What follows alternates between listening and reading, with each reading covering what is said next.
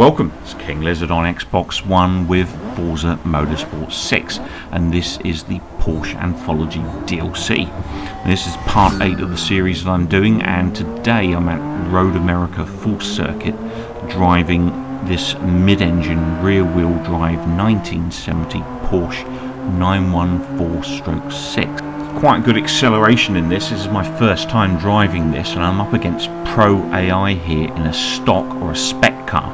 So I don't have any tunes or upgrades. I'm driving no assists as well, just to see how this thing handles. Now that corner wasn't too bad there, a little bit of a screech, nothing too much. The car felt like it had plenty of grip, and the brakes felt nice and responsive. So, you know, not one of these cars where you don't have any brakes or you have a little bit too much. Had to back off a little bit there. This guy's quite close to me. Try and overtake him. Oh, clipped him.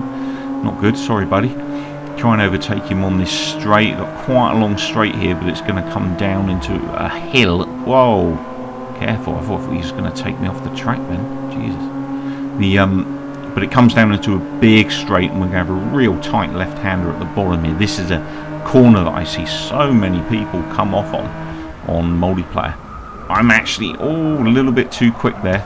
He really slammed his anchors on that computer car, brake testing me. And the great thing there was, even though I went into that corner a little bit too hot and had a clash, I was able to easily regain control of the car, which is, oh, get off my rear end. Jesus. It's like playing multiplayer. The car behind was trying to take me out there, trying to push me round. So managed to regain control, and again, another instance of contact, and I was able to recover the car without losing control. And to be honest, there's so many cars that I drive with no assists, where if I have contact with an AI or contact with a human opponent online, it normally spells doom. Trying to regain control of the car is a complete nightmare. This car with no assists was beautiful. It came back really quick and felt really good handling. I'll be honest, this is a perfect all-rounder car. The only thing is, obviously, with the acceleration, I am just, with manual gears, being able to creep out past some of these cars, but it is really, really tight racing. Oh, I hit that guy too. That's my second clip. I'm obviously got a bit of a depth perception problem at the moment. I get clipping cars up the rear. And any second now, we're going to have quite a tight right-hander. Always slow down for this one. There is a sand trap just to the left of it, and again I see quite a lot of people land up eating dirt there. Not too far from the end of the first lap now. Literally one corner to go, and we're on the massive straight across the finish. And this car, clipped him.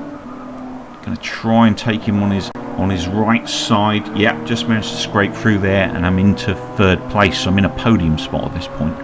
Now this is going to be the tough part. Hopefully I can reel in second place here. If I can get past him on this hill, it's going to be tough, because this thing has got good acceleration and he's driving exactly the same spec as me. So I think I've just done it. Excellent. Okay, so now I've got to try and stay out in front of this guy. Apparently I just beat one of my rivals. Interesting. So we're lapping. Oh, nearly lost it there. That was my fault. Lack of concentration. So again, beautifully round this corner. A little bit of a screech complaint, but nothing major. Made a little bit of a mistake there coming out. And then we got a real tight right-hander here. You want to drop her down into third. Go through slow and heavy. Keep that assists under control. The thing I find with no assists is I do tend to ride slightly higher gear, just so that I can stop the spin out if I accelerate a little bit too quick through some of the corners. Obviously that's not the best way to drive, because the best way to drive is to use the gears to their optimum efficiency, but I find it helps me a lot, stopping the car spinning out or giving me rear end action as I hit the corner. So I'm just trying to take him on a really dangerous place here. Whoa, it's close. Oh, we're going to clash. I went a little bit wide on him. Oh, that wasn't quite as clean as I was hoping to get there. Apologies for that. I thought the car would hold the corner at the speed I was doing. Unfortunately, I was just going that little bit too quick for it. And as a result, it kind of made me move wide on the track. And unfortunately, I couldn't do much more than I did. Otherwise, I'd probably come off and spun out.